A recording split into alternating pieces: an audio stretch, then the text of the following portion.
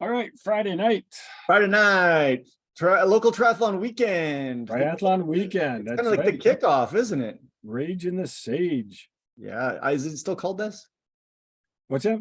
Is it still called Rage in the I Sage? don't. Well, let me see. I No, think it it's just just called says Rage Rage now. Triathlon. So, But historically, those of us that have been around long enough, that was the original name, Rage in the Sage. uh, well, and funny thing is, sorry, I was just going to call there. I missed what you said. Oh, What? I just said that's a historic name, was Rage in the Sage. That's I right. think before the lake went down, you were actually racing more in the Sage. So That's now, right. That's right. The run course used to be out more in the desert part of Boulder Beach, which right. wasn't the Boulder rocky part of Boulder Beach. And Yeah. you would run literally through the sagebrush, and that was actually sort of cool.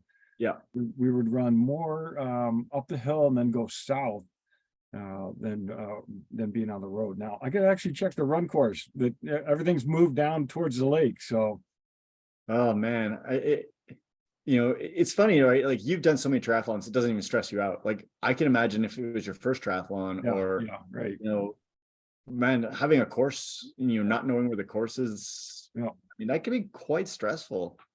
Yeah, if anyone's listening and you are doing Rage, be sure to go to your check-in, get your stuff and then look at the maps. Yeah, I talked with the race director a little bit and he started describing to me transition area and I'm like, I'll just go look at it because it's going to be a little bit different. yeah. Okay, good. So, John, tonight we're going to talk about we're going to kind of hit a lot of little topics, kind of like we did last time. And you got this from Triathlete Magazine, and Yep. It's called The Top 8 Hardest Moments in a Tri and How to Conquer Them. And we're going to kind of give our opinions on these as well. I'm going to add that if you're a USAT member, you get a free subscription to Triathlete Magazine. There's a little bit of work you've got to do as far as like filling out this form and this form, but it is free if you're a member of USA Triathlon. So Okay. it's a good resource. I mean, I use it for as a resource for a few things. I get some swim workouts off of them. There's some good stuff, especially for newer triathletes, and then for us, some topics. Yeah. No, that's us to right. talk I about. love their articles. And do they still do a print? I mean, I remember back in the day, I used to love getting the magazine. Yeah, I used to love it too, because I'd bring it like on an airplane ride, and Yeah. but I don't know if they do a print Mm. anymore. So that's a good question. Yeah. All right, so we're going to talk about hardest moments in general in a triathlon. Yeah. And so this could be any triathlon. It's not necessarily, oh, this is an Ironman. Like these could be literally any moments. And the first one, and I completely agree with this, and this one provides a lot of anxiety for people, is the swim start. And we've talked at length about swim start before. Yeah, swim start. Yeah. Yeah. So, John, what makes the swim start in your mind one of these top hardest moments? Well, it depends on the type of swim start, and the classic swim start was a mass swim start. Everyone just goes, and you could have 1,000, 2,000 people going at one time, and that was a very challenging type of swim start for a lot of different people. And then it moved to doing some type of wave start, which is typically broke up in age groups, but you could still have 50 people starting at one time, and that's still a lot of people. And it depends a bit on the swim venue as well as how wide the start is, or how you get into the water. But I think more contemporary way of doing a swim start is that rolling start where they send off 4 people at a time. And that's better, but it's still a little bit nerve-wracking when you see that first group go in right before you, first 4, and then you go. And you've got to still pick your line, because even though you think that the swimmers would be spread out based upon time, it's just not that case. And some people get in the water and all of a sudden you're on top of them, and it can still be congested, especially in the beginning. And if the water quality is not good, or you can't see very well in the water, you can start running into people really quick, and that can be unnerving, because we're just not used to swimming with someone's feet right in our face or running up against someone's side. And we don't do that in a pool on a normal basis. And so that's just unnerving. Yeah. The one thing that I'm going to add, and this is in the article too, it's talking about the physiologic side of things. is going from 0 to 100 is never advocated in any sport, right? I can't think of any sport where you'd be like, you know what, I'm going to just do nothing. And then I'm going to go 100 miles an hour or 100%. And in triathlon, oftentimes we're asked to do this. Now, tomorrow's race, you can get down there early and you can get in the lake and you can go for a swim. And I absolutely think you should. You know, if your race start is at, I don't know what time the starts are tomorrow. Like if it's at 7, you're in the water at 7:45, sorry, 6:45. And you get in and you slowly warm up and you do a few sprints. And then about 5 minutes before your start time, you get to your place and you're ready to go. And there's a lot that happens physiologically there. And we've talked about warm-ups before. I just think it's really, really important that you do that and your body gets used to that. I mean, I was thinking about it today. I jumped in the pool. I was driving home from work, stopped at the pool, and my first 500 is horrible, right? It just doesn't feel good. I'm like, oh my gosh, today's a bad day for swimming. And then, around 600, 700, I'm like, okay, I'm in the flow now. I'm feeling good. Well, if I'm in a sprint race and it's a 750, I don't feel good for 500. Right. That's a real thing. And I think, John, the older you get, the more difficult it is to warm up and the longer it kind of takes to get that rhythm. But I really think that we got to pay attention to that. And I'm going to throw big races under the bus here. And I'm going to say shame on them for not allowing, many races do not allow you to warm up in the water. And they're creating, in my opinion, a problem. And it's a physiologic problem. It's also a safety problem. It's an anxiety problem because you can get a lot of the nerves out too. Like, getting in the water, getting your face wet, doing a few strokes, doing a few sprints. And we've talked at length about people like, having, cardiac arrests in the water. And I think that, there was the whole swim smart movement from Ironman in particular.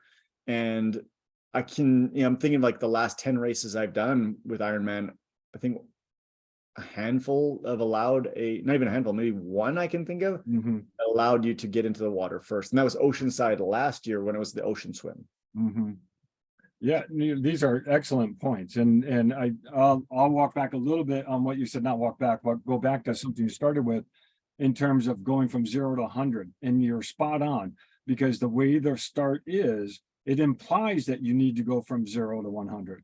But you don't need to. And the worst thing I think is the people right before you, if you're doing a rolling start, they sprint out into the water, dive into the water and just start thrashing it.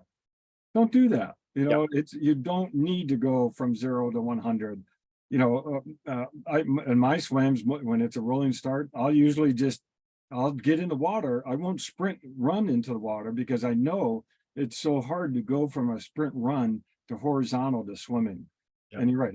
As we get older, we got to be a little bit more cautious about that. And so I am very deliberate when I get in the water, when I'm doing a rolling start, and I try not to right away get caught up with this mindset that you've got to get going.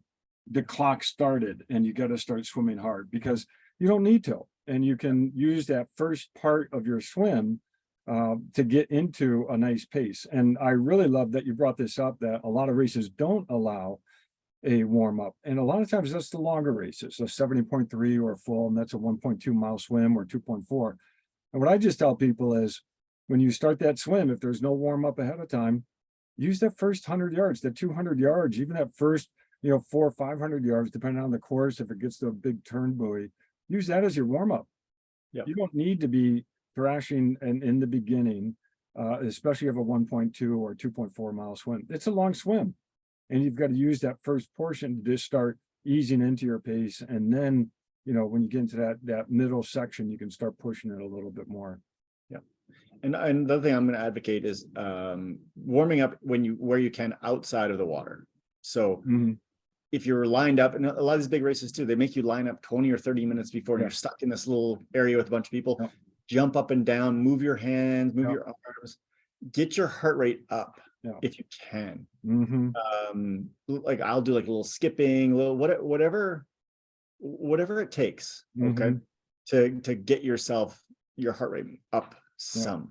And I think that that's important. And then we talked about with cold water swims, obviously that's even more important to, get that core temperature up.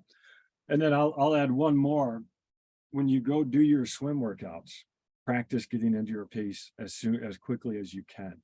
Mhm. And so I love just jumping in the water and trying to find that pace that I'm going to sustain for the entire swim.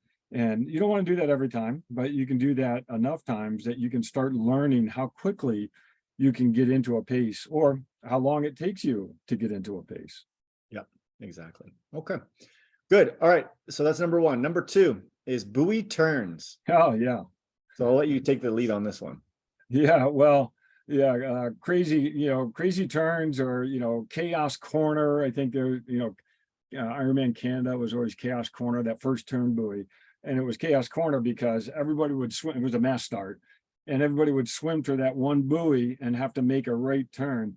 And it was chaotic. It was, people all getting to that turn buoy at the same time. And so what happens when you're getting that turn buoy, everyone's swim speed is going to change.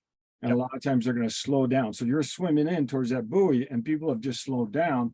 They may even go a little bit vertical and trying to navigate around the buoy. And now you get this weird congestion of people who are horizontal, people who are vertical, and you just got to be really careful navigating that. And so I know the article talked a little bit more about just even the fact that you have to turn and change directions through your swimming stroke versus a flip turn or wall turn.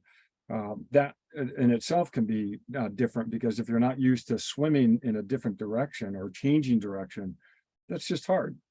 Yep. Do you ever do in the pool where you do the no wall? I don't anymore, but I've done that in the past, and that is good because it does get you that mindset of swimming from a stop position. Yeah. And it's different, and you need to be. It is good to do that many times to get used to that. Yeah, I even did it a few times today just because I read this and I was like, oh yeah, I haven't done some no walls in a while. And for the people that don't know, not a narwhal, that's a type of whale, I think. A no wall turn is basically you don't push off the wall. You just get to the end and stand up or even pseudo stand up and then turn. And it's a weird feeling to actually be basically having to turn around and get going without actually pushing off. But that does happen. I mean, a lot of times you're right. You get into this situation where everyone kind of stops. Yeah. And next thing you know, you have to look up and then your feet drop. Yep. And then people are coming up behind you. Yeah. The other thing I'd like to say is, and this time is to swim defensive. You've heard of defensive driving, defensive swimming, short strokes, hands by your face, tiny strokes to protect yourself, because this is where contact happens. And it's inadvertent for the most part. Obviously, there's some jerks out there that are, maybe a little bit too aggressive, but swim defensive. And then when in doubt, swim wide.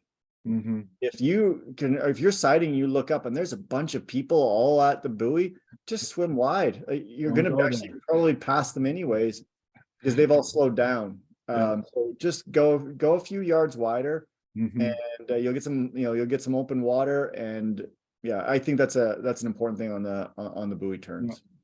Yeah, and there's other techniques for turning where you're actually mix in some backstroke. You go from crawl to backstroke and you sort of tumble over, and those are all good ways to do as well, but you got to practice it because again, it can be hard if you just are swimming where you're face down and then all of a sudden you turn and you're face up. You've got to know the coordination of being able to do that. Yeah, exactly. Okay. Number 3, let's talk about transitions. Yeah. Okay. First tip. Are you ready for this? First tip. Remember the clock is still going. That's right. I've talked to some newer triathletes and they thought, oh, the transition time, it doesn't count. Right. It counts. All right. So there's some little tips to make your transition easier. And they gave a few here, but the first tip is remember where your stuff is. That's right. That's sometimes the hardest part. Where your bike is, have something to help you identify. So the one thing so for example, at Lake Mead, they don't allow you to have any kind of marking, like you can't put like a little flag up or anything. I think that's in the rules for Rage. So I have the same towel I've used pretty much every race, if you're allowed to have a towel on the ground. Mhm. Some places they don't.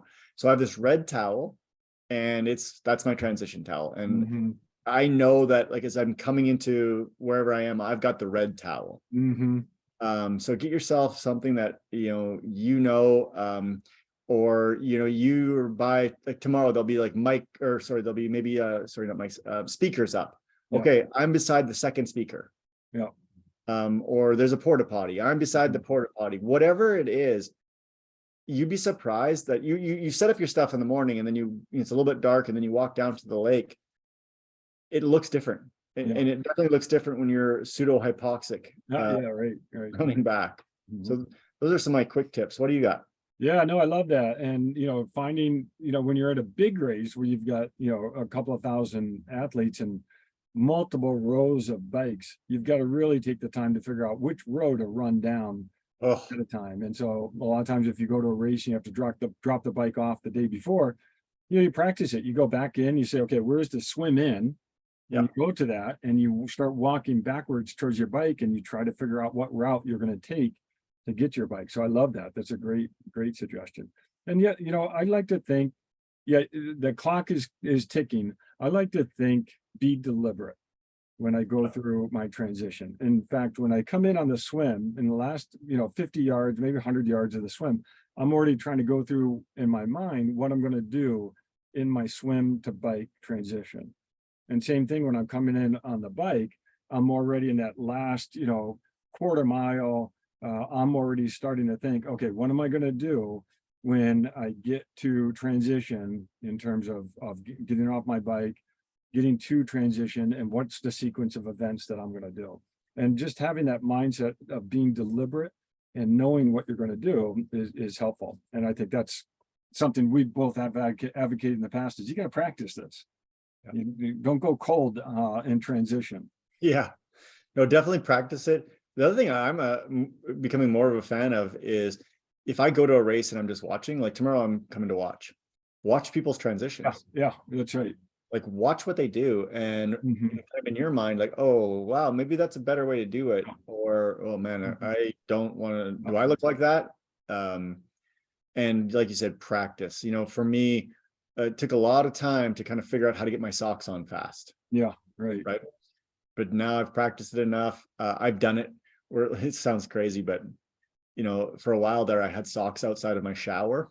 Nice. I would just grab a set of socks when my feet were wet Yeah, and yeah, put them on. yeah, And just like, it sounds silly, yeah. but I'm pretty good at getting my socks on when they're wet now. There you go. And then in a race, they hopefully aren't going to be that wet, you know. Mhm. But it's just little things like that, in setting your transition area up so it's easy, right? Yeah, So you've got if you want to wear sunglasses and a helmet, for example, you have your sunglasses in your helmet, and they're right there ready to go, and your helmet's on top of your bike shoes. Your bike shoes are opened, and yeah. they're ready. They're ready to accept your feet. Mhm. All of these little things.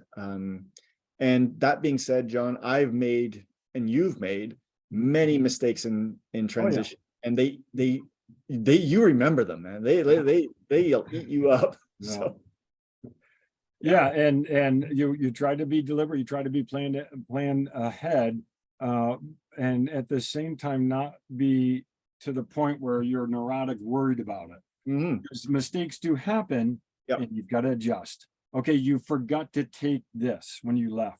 Okay, adjust. And yep. so yes, you try not to make those mistakes, but have the mindset that once you leave transition, you've got enough to get going. I mean, we've seen pro triathletes forget their Yeah. helmet. I mean, it happened at 70.3 Worlds. An athlete had to run back to grab their helmet. Like, they're a professional. They shouldn't make Yeah. that mistake. But you make mistakes, like in the heat of competition. These are actually where you make more mistakes than anywhere else. That's right. And speaking of the helmet, that's something that if you have a race helmet Yep. versus a training helmet, it's so important to figure out that buckle ahead of time Yep. and know how to get that buckle off. I have had situations where I switched helmets for a race and I'm coming in, I'm like, wait a second, is this a slide off? Is it a push button? What? And you can't remember always what the clasp is. And so it is good to check all those little things that you're talking about, your shoes, You know, do you have them ready to go, your run belt, whatever it is. Yeah. Okay, let's move on to the first 10 minutes of the bike. Yeah. Yeah. Well, right. rage is always a lot of fun. Any of our races down here at Boulder Beach are fun because that first 10 minutes is all uphill, or a lot of it is. So, yeah. So I'm going to read what they said because it's kind of funny. Okay. The first minutes on the bike can either be hard because your legs don't want to respond or because they respond too easily. Yeah. And this is a really interesting one. Some people, they get on the bike and it's like they can put out more watts than they've ever put out in that first, 10 minutes because they're just so excited to be out of the swim. Yeah, right. And onto the bike. And there's also this feeling, and I used to get this feeling a lot because I'm not a lead pack swimmer. Mm-hmm. Oh my gosh, I got to make up time. Mm-hmm. And that first 10 minutes, I'm just like crushing it. Yeah, right. And that's not a good idea. Right.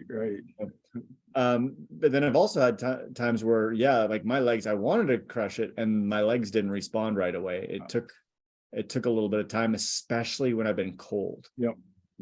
Cold water swims, like, okay, yeah, I'm ready. Like this is the wattage I'm going to do, or this is the effort I'm going to put in. I just can't.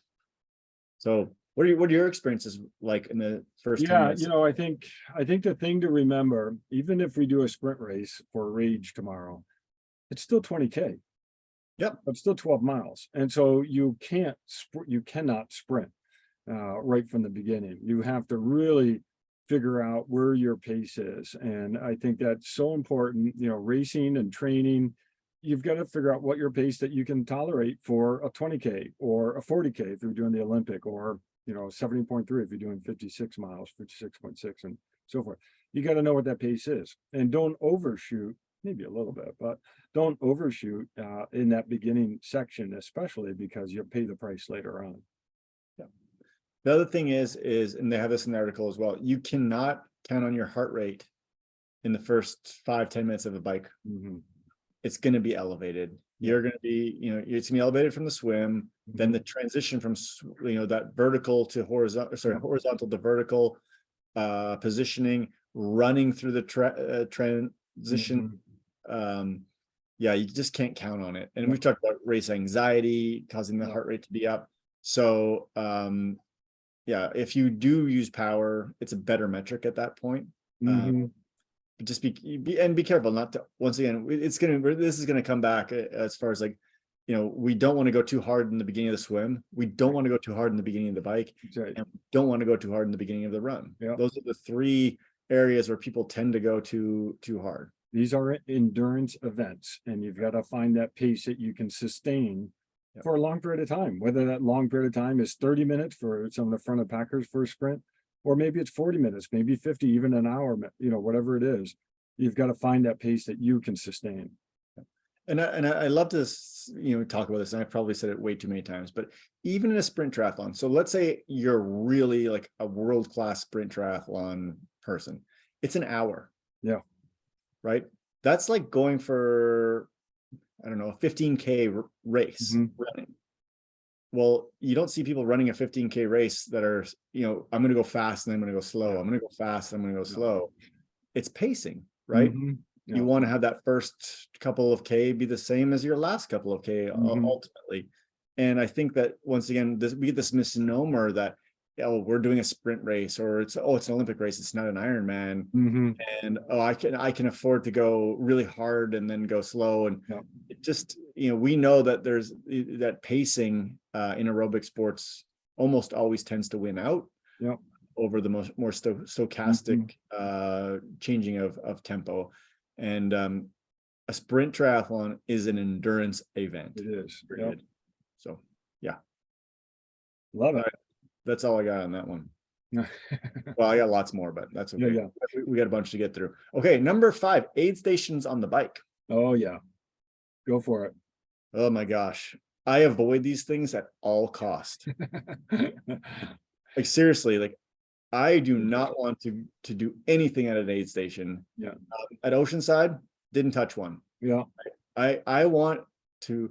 The only time I'll use an aid station on the bike is if I have to. Yeah. So when you avoid them, where do you go? Like when you're biking, as far legally left as I can go. So if there's, if it's a double yellow line, you're not supposed to cross the double yellow line, but I'll go like as left as I can. Yep. I've seen crashes I've seen more crashes and accidents and little Yeah. falls at aid stations. Mhm. If you're a race director and you're on this call, please, please, please, please, please think about where you put your aid stations, not just because it's convenient for Mhm. people to get there, like your volunteers. Put them on a slight uphill, please. Mhm. You know, an aid station when you're going 25 miles an hour or 30 miles an hour, it's a recipe for disaster. Yep. And we've seen this too many times. And it's, that's a big pet peeve of mine Yeah. is there are places on pretty much every course that can be a slower Mhm. place. When I raced in Miami, they had an aid station just before a turn. Oh, And I'm like, oh my, and it's dead flat. So people are still going 20, 25 miles an hour. And then you had to take a hard yeah. turn. Yeah. Like, why didn't you make the aid station just after the turn? Yeah. So, right. So you people aren't going full speed yet. And even thinking about downwind is on a flat course, Mhm. you got to be smart about where you put these things. And then as a racer, I think in a long course race, actually even a short course race, you should never need to go to an aid station. You should have your Mhm. stuff on the bike. I'm a firm believer of that. And in an aid in a long distance race course, yeah, you're probably going to need them. Like, Yeah. especially if it's hot out, you're going through a lot of fluid. But it's still the same thing. Like I would try to never use the first one or maybe not even two aid stations, Mhm. because in the race over time things spread out. Yeah. And then there's less people, and then when there's less people, it's going to be safer. Well, aid stations are dangerous, and I've volunteered at bike aid stations. I've seen people crash in aid stations, and the problem is you get people going different speeds.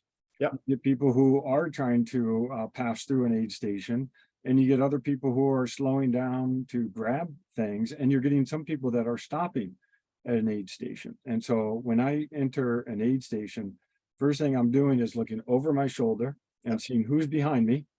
And then I want to know what I'm going to do in that aid station. I know that sounds odd. This is so deliberate, but I want to know, am I going to get water? Am I going to get Gatorade? Am I going to get a gel? Am I going to get this? Because the aid stations are set up with all those stations very predictable. And then you got to know, am I going to get rid of trash? Am I going to grab something, eat it, then throw it out, or grab a bottle? Am I going to take the bottle? All these things you have to be thinking about ahead of time before you get that aid station, even before you do the race. I mean, these are just things that you got practice and you got to be thinking about, because when you get to the aid station, it's happened so quickly. Yeah. And if you're not prepared, you're going to miss the aid station when you needed to grab it, or you're going to end up pulling into the wrong line on your bike, and you can end up running into someone, or someone can run into you. And I know, like you, I do the same thing. Some aid stations I deliberately avoid taking anything. I move to the left as well. And then I'm watching those people Yeah. on the right very, very carefully. And I'm watching for people who are stopped, that are sort of pulling off in, because again, it's that difference in velocity of the bikes that all of a sudden you can end up running into different people. Yeah. And then if you're riding an arrow, get out of arrow.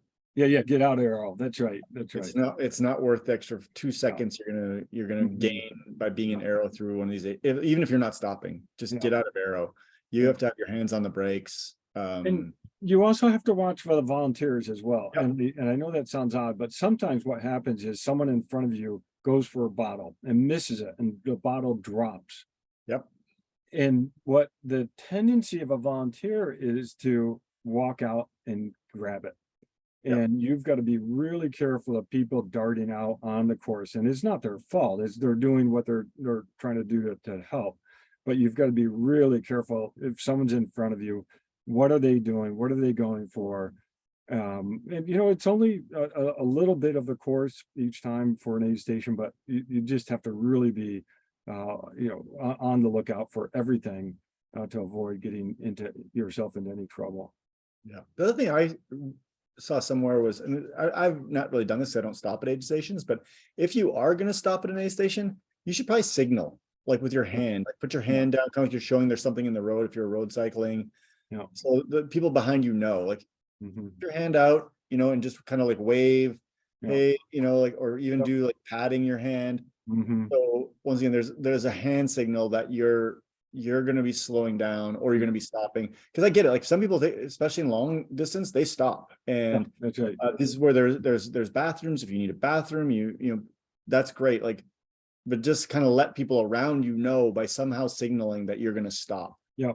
Well, And don't stop fast. yeah, and know where people do typically stop is usually at the end of the aid station where they're going to use the porta john, Yeah. porta potty. And a lot of times races set up bike racks there so that Yeah. people who are stopping can put their bike there, use the porta potty, and then get back going.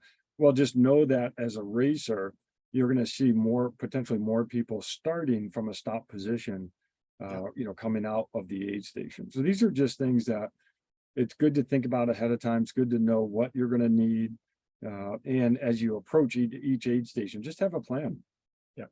And if you are going to grab a bottle of water or a bottle of Gatorade or whatever, you should have practiced this. This is another thing you can practice. Mhm. Because once again, like you saying, like people drop them. Yep. And I've actually saw somebody crash trying to grab one. Yeah. Mm-hmm. And it's just a little funny story. We like to tell little funny stories. When we raced in Australia and had to grab the water bottle from the other hand.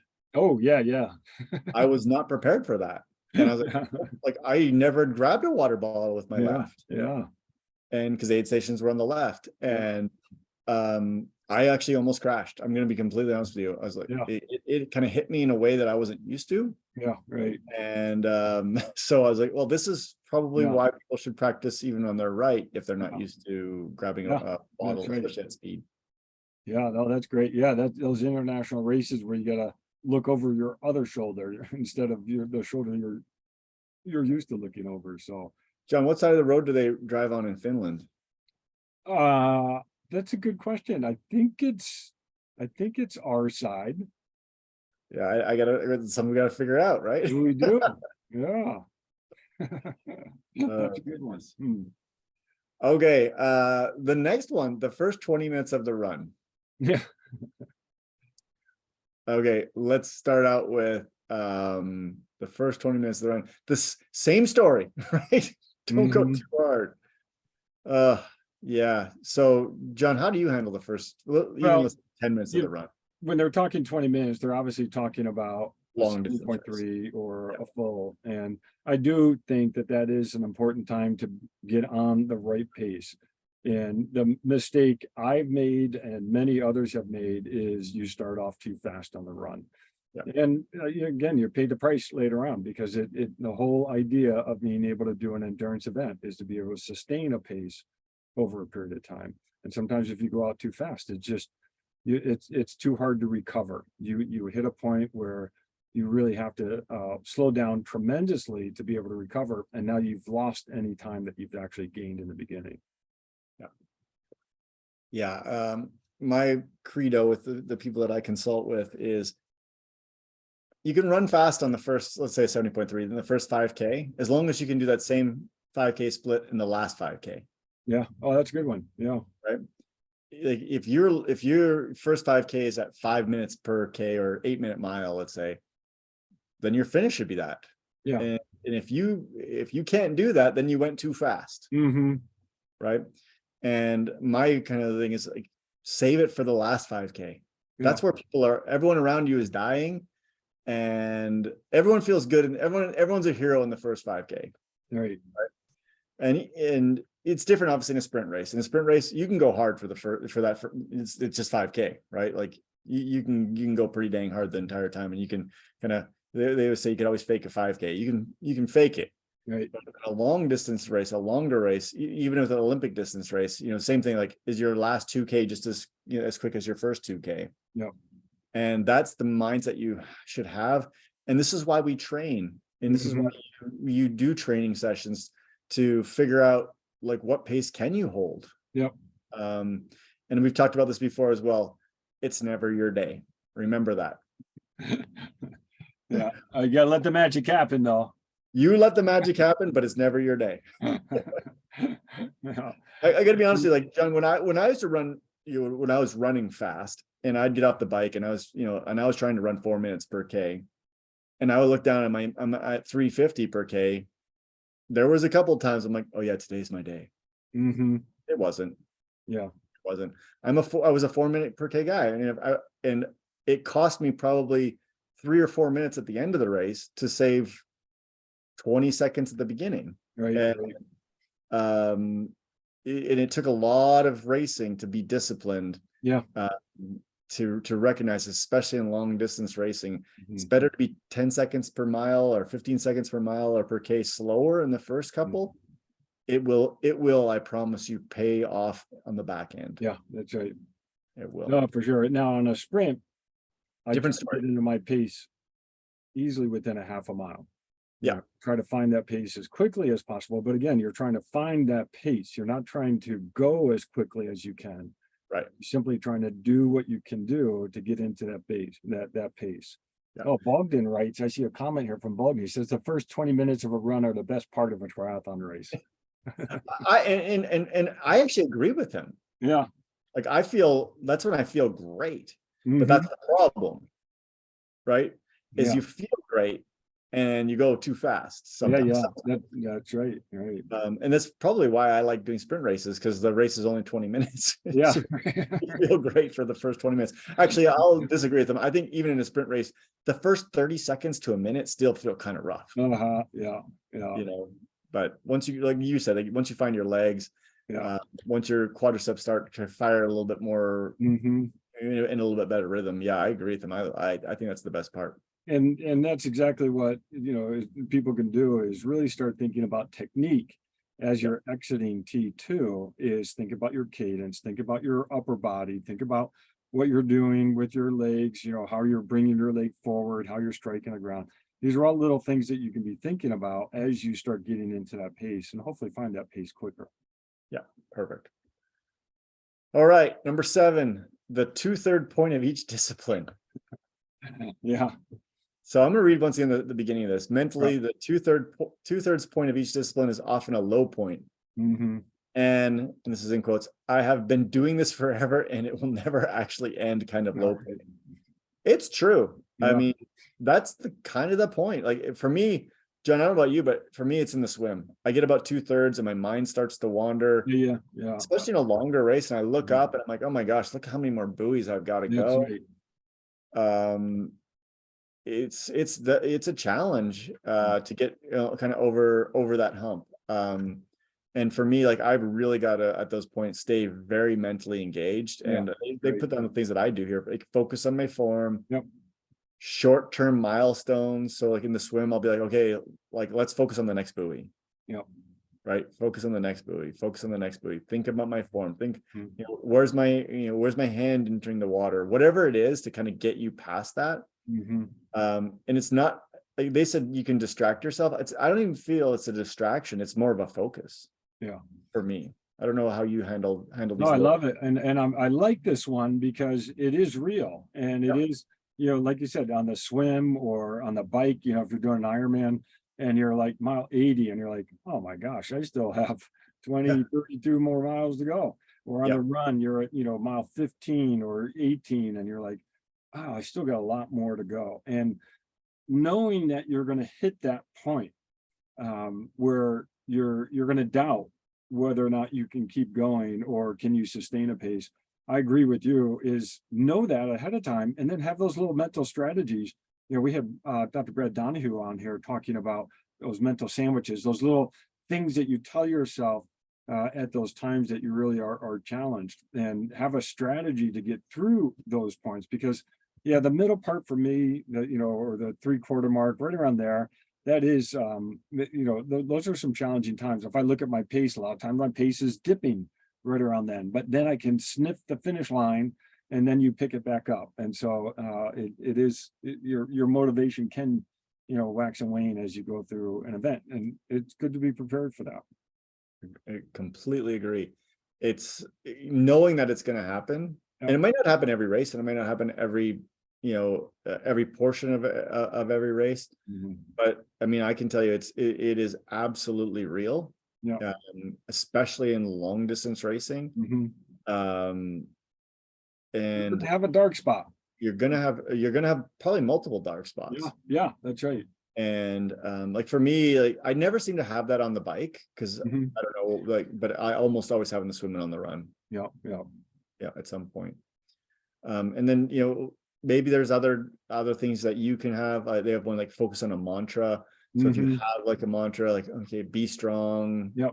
whatever the case may be, land soft when you're running. That's Mhm. one of the things I think of when I get tired is can I still land soft?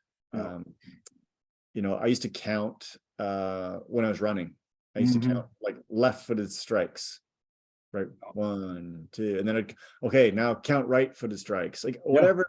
whatever it is that helps you get through that time, but have a plan, Yeah, in my opinion, like what are you going to do when it does happen? yeah. I think that's the key here. Well, and I love it, and I love that you said you don't have this, you don't experience this on the bike, and you know that because of all the training you've done and the Yeah, racing you've done, and I think this goes back to the training part. You got to be paying attention to yourself as you are training, and you got to get even think about these things while you are training. I know I sweat more in my right eyebrow than my left eyebrow. I know my goggles fog up at about 800 yards. I know those little things, and those things are going to happen during a race. And if you can prepare for that, through training, you're going to likely have more success and more fun during the race. agreed. Yeah, no, I think you're exactly right. Okay, the last one, the final miles of the run. There's no way around it. The final miles of the run are going to hurt. Yeah, Well, here's the thing, not necessarily, yeah. right? It depends on how hard you're going, Mm-hmm. right? If you're going, at a level that is, you're basically to the point where you're going to finish on nothing left, yeah, it's going to hurt. Yeah. And that's okay. Mm-hmm. You know, um, I'm a lot of times in racing, that last couple of miles, I'm gritting my teeth. I'm lying to myself, Mm-hmm. doing all sorts of crazy math in my head of how long this is going to last. And, Mm-hmm. but that's the beauty of doing sports, is like actually Right. pushing yourself to your perceived limits and maybe Yeah. past your perceived limits. Mm-hmm. I relish in that feeling Yeah. of like those last couple miles, and can I keep my pace up? Mm-hmm. Um, there's some little tricks that I play on this. Like I really like to, in the last couple of miles, if somebody comes past me and they're going a little faster than me, I focus on them. Yeah. Right. Right. I don't care if they're in my age group or they're, my sex or whatever. It doesn't matter. It's like someone Mm-hmm. comes by me, I'm like, okay, like don't lose them. Yeah. Yes, this is gonna hurt. But the hurt will go away. I'm not, Mm-hmm. I always said the mantra, I'm not going to die. Yeah. Yeah. There you go. Right. And the other one that I have, and I don't know about you, John, but how many times have you finished a race? I'm like, oh, if I only would have ran just a little bit harder. That's right. Right. And then now that's my new thing in my brain. It's like, I don't want to have that.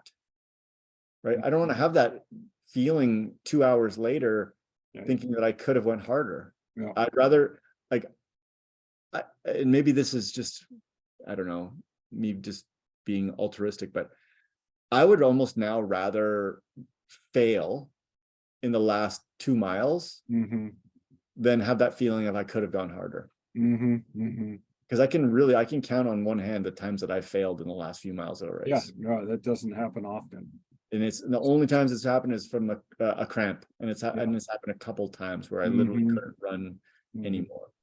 And I almost would rather that, because I can deal with that. It's like I could, actually you couldn't have went any harder because you cramped up and that was it. Yeah. Right. Right. And I don't want to be afraid of that. I want to Mm-hmm. relish in the fact that I was actually able to push myself to the point where my legs said no more. Like, Yeah. and in some ways that's still winning, Mm-hmm. rather than like, I don't know, like not hurting. Yeah, no, I love it. And well, it's funny. I read this one and I didn't really like this one because it's funny. I was on a panel one time and someone asked the question, how do you manage your pain during an event? And I'm like, well, I don't think of it as pain. Right.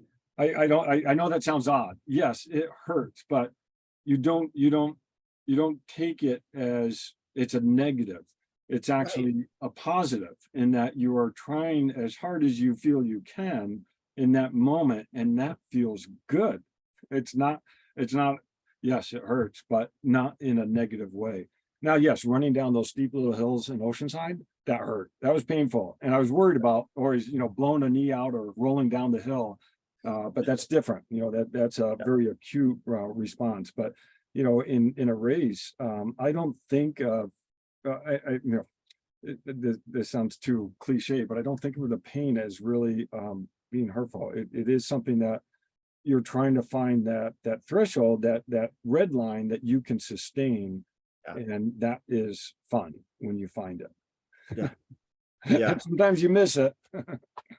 No, I want to finish a race, and like my goal should be, and it is the last step I can take is the Yeah. step over the finish line. Yep. Yep. Like, if you watch like especially ITU racing, and I Mhm. encourage people to watch it, or watch the Olympics, right? The last Olympics, we've talked a lot about this, when Blumenfeld crosses the line and collapses. Mhm. Yeah, Have you, I agree. have you ever done that? Like, I have have you no. have you ever pushed yourself, and this is not just to you, but to our listeners, have you ever pushed yourself so the last step was your last step? We've done a lot of maximum effort at a graded exercise test where you're supposed to go to exhaustion, and exhaustion is the point where you can't go any further. Right. And the whole idea of a max effort graded exercise test is you are going to a point where you cannot take another step. I've done hundreds, if not thousands of these, not me, I've tested that many, from cardiac rehab to athletes. And it's very difficult to go to that point where you are literally taking the last step. It's easier if you set it up to where the person's not afraid of falling. So you put Yes. in a harness and they are being lifted up near the end, or they know they're not going to fall and hit the treadmill belt. That allows people to go a little further, but that doesn't happen during a race. And so a lot of times our brain starts to shut things down well before we actually are at a point of taking that last step. It's a very rare phenomenon to actually get to that point. Yeah. And in all of these tests, how many times have you talked to people afterwards and like, I Oh. think I could go in a little bit harder? Oh yeah. All the time. Yeah.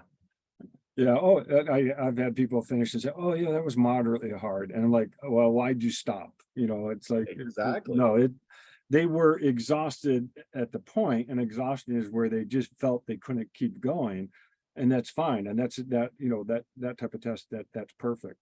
But to get to a point where your next step is literally your last one is actually really hard to get to. And the one other thing we'll add here is, this is not if you're injured. Oh yeah, yeah, Right. We're talking about the pain of just racing. yeah, Like, yeah, yeah, if you injured your hip flexor during the race, like this is a different thing. Or yeah. you strained your calf, or Yeah. you've hurt your toe, or whatever Broke a wrist, had a concussion. I mean, these are things you need to stop. you need to stop. Like, don't or you can walk through. I mean, whatever, however you want to finish. We're not talking about that. We're not talking about injury. Yeah, We're talking about you yeah, are, great point.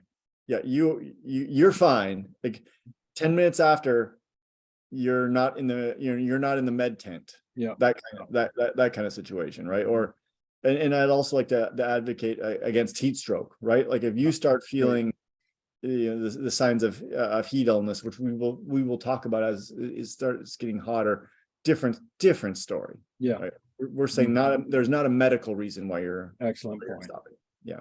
No, excellent point. Yeah. All right, John. Well, we made it through all 8. We went All pretty right, good. well, I get a few fun ones. Okay, let's add a few. All right, so I read the list, I liked it, and then I said, oh, what was really hard in a race? Well, for me, finding the morning clothes drop-off area is always hard.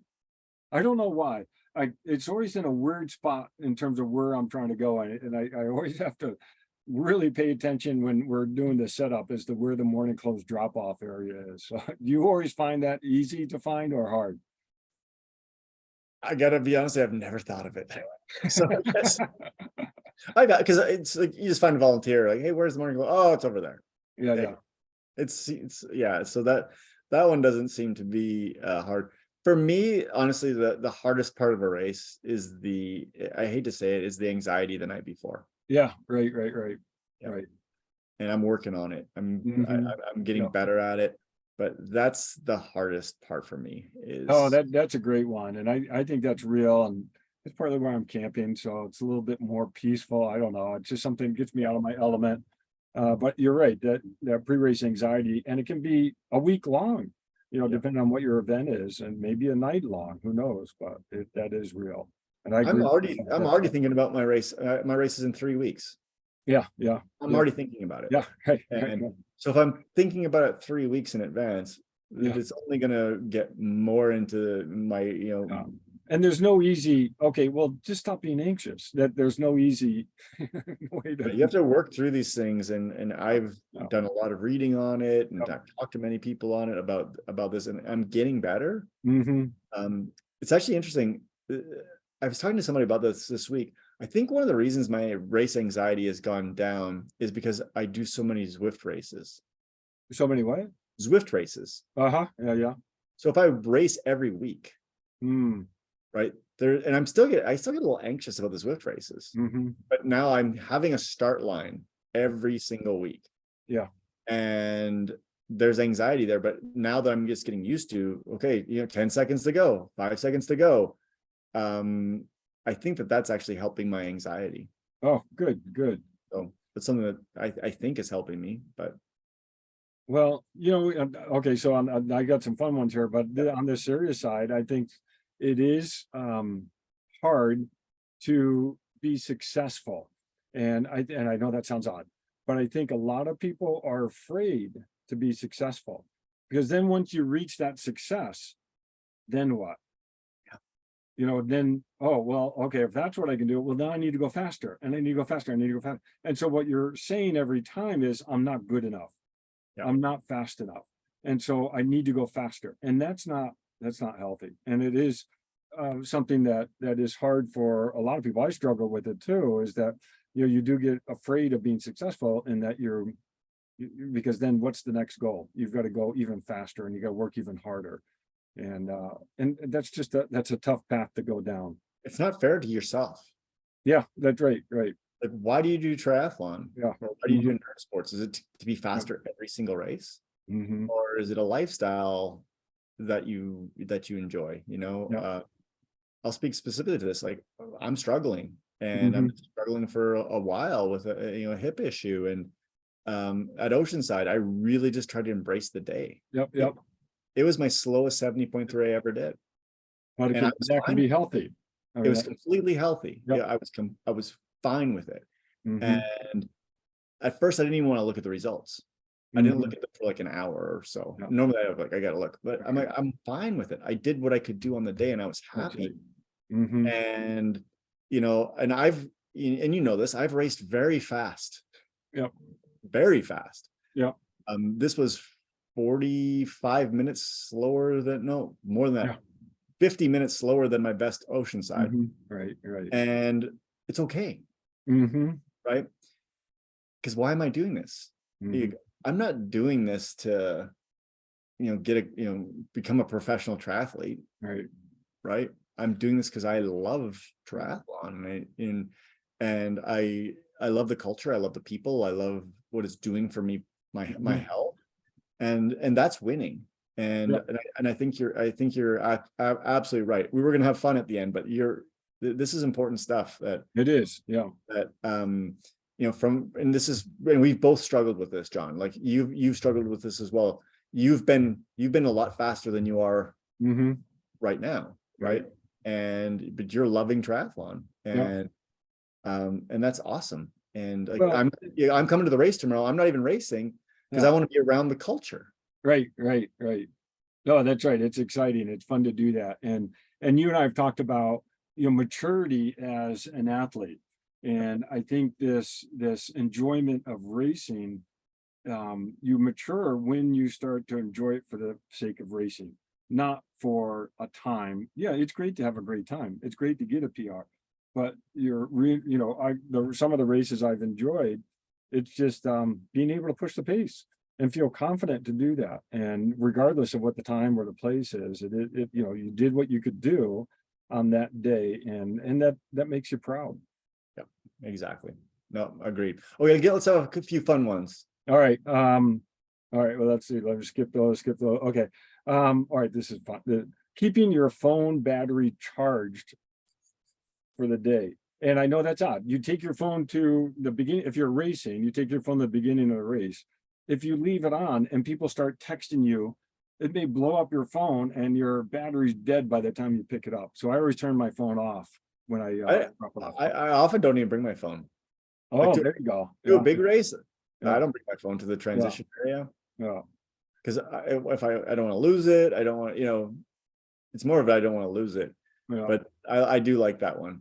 Okay. And then keeping your phone charged when you're Sherping, when you're being support crew. That's the bigger one. Is a challenge, because especially if you're tracking multiple people, and maybe you forgot to turn the push button off in terms of the notifications from Ironman, and you're just ping, ping, ping, ping, ping, and all of a sudden your battery is almost done. It's the end of the race. You're like, how am I going to get a picture? Yeah, no, that's good.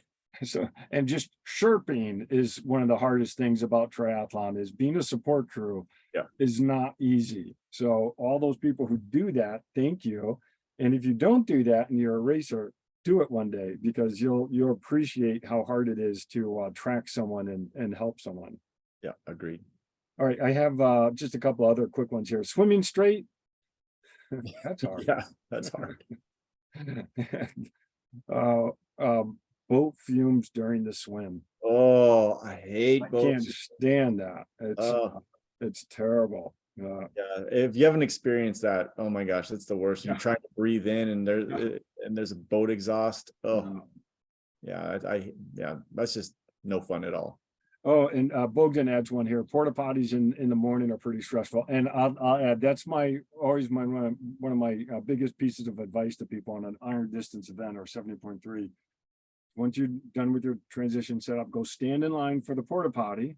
Yep. And then once you use the porta potty and are done, exit and go stand in line again, because you're probably going to need it again. And by the time you get back up there, you'll be ready, and you won't be losing as much time, because a lot of times you're just going standing somewhere anyhow. So just stand in line to the porta potties until you're starting. I completely agree, and I've done that exact thing many times. Yeah. Awesome. All right, well, that was fun, John. I'm super excited to come out tomorrow and watch you race. Hopefully you have a good race tomorrow and you enjoy the day.